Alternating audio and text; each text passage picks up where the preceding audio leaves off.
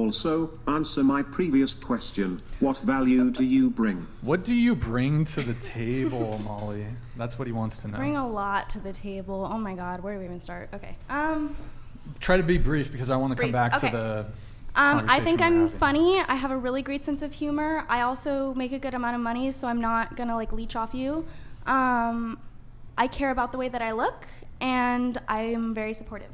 Okay, so the first two you mentioned, as far as what you bring to the table in a romantic relationship, you bring funny and money. Yeah. Do you think that do you think guys are particularly preoccupied with the money you bring and the humor that you bring? I think when you're looking for a genuine relationship, those two things are really important. And money, you guys might disagree with me, but for me personally, I'll make this quick, but for me personally, being financially stable in a relationship is very important. It brings a sense of security. To you? To me, and to the fact that, So like, you're not bringing anything to the table. Yeah, I am. Well, that doesn't affect that affects how you feel in the relationship, but not necessarily how who should he pay feels on in the first date? relationship. Who The should pay man. Oh, so your money means nothing. Not on the first date. I have to like you to spend my money on you.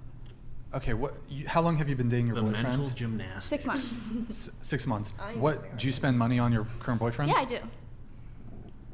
Okay. I Like what? bought him like a whole new wardrobe to match my stuff for Instagram, and I spent well, the stuff was on sale, but I think I spent like $1,300 on it. Okay, that's a fair amount of money. And I take him out to dinner all the time.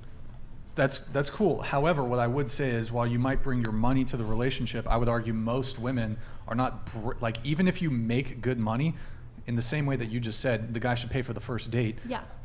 Like most women, most women do not share their resources with men the same way that men share their resources with women. Yeah. So it's like, cool, you make a lot of money. You're not going to pay for the first date. We're gonna have to be 3 months deep into the relationship for me to potentially even reap any benefits of your wealth, which might not even manifest, because there's even women who are high earners that still don't want to, like, they're either going to want to do 50-50. Do you guys have 50-50? We don't really talk about it like that. It's just kind of like Do you guys flows. live together? Yeah. Does he pay for the rent? Do you pay for the rent? We split it in half. Do He you has mind- Okay. one room and I have another room. Do you mind me asking what his occupation is?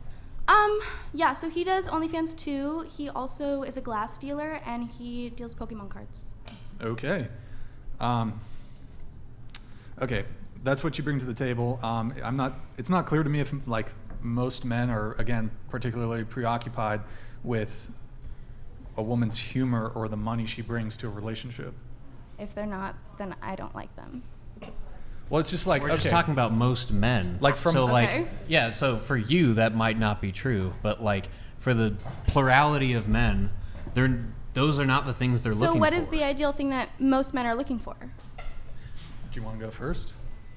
I mean, it is a feminine woman who wants to stand behind their man and support him in his mission.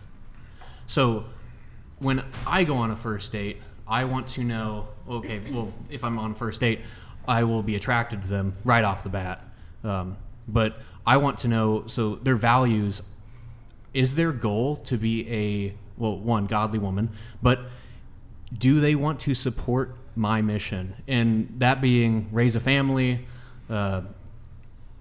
grow together. So that's grow together in godliness, as well as just emotional maturity in general, how we navigate the world. So I like to look at it as I will provide the house and she will make it a home. So I agree with that.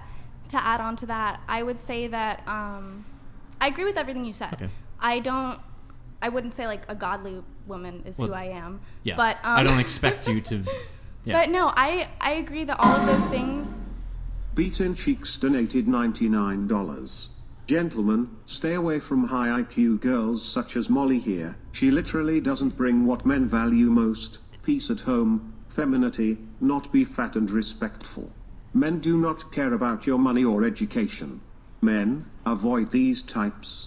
This feminist is an L. In defense of Molly, Yes. she's not fat. Thank And you. also in defense, just because you have an education doesn't mean you have a high IQ. I actually don't have an education. I didn't go to college at all. Yeah. And I Well, there finished are- high school on my own. Based. I know, yeah, Kind of kind of Kinda based, based. kind of. What does that mean? It's top secret. We can't disclose What does that mean? We can't disclose that. Thank you, Bean Cheeks, very much. Appreciate it. But no, what I was going to say is I think that the fact that I have these high, unrealistic standards for men that most men don't like, I think that's kind of my screening process for men and a way to protect myself from men who want things from me that I don't want to give them.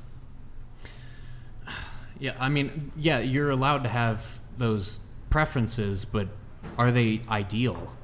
Like Ideal in whose mind? They're ideal for me. No, I'm not saying like. I'm saying, okay, let me use the word optimal. So if we're going for a healthy relationship down the road, what are the qualities you want to see in a man? What are the qualities I want to see in a man? Emotional maturity. I want to see patience.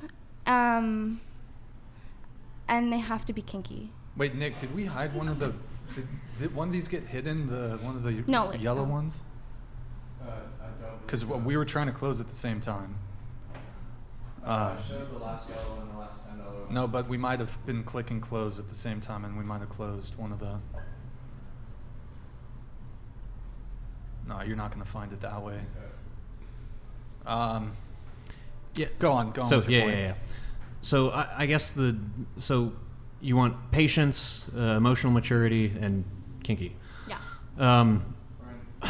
What I would say you're missing a large majority of what makes a good man. So I base this in my beliefs, but you see this play out in real life.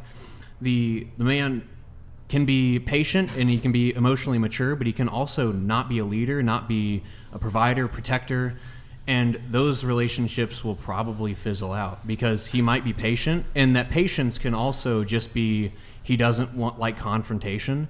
He could just say, "What you?" I don't think he could just. No. Wait, what do you? Well, that's the wrong one, man. Sorry, technical difficulties.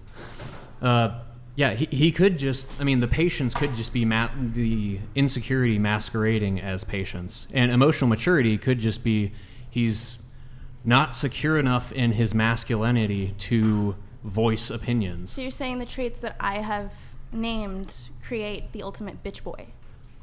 It definitely skews in that direction. I mean, that makes a lot of sense. Yeah.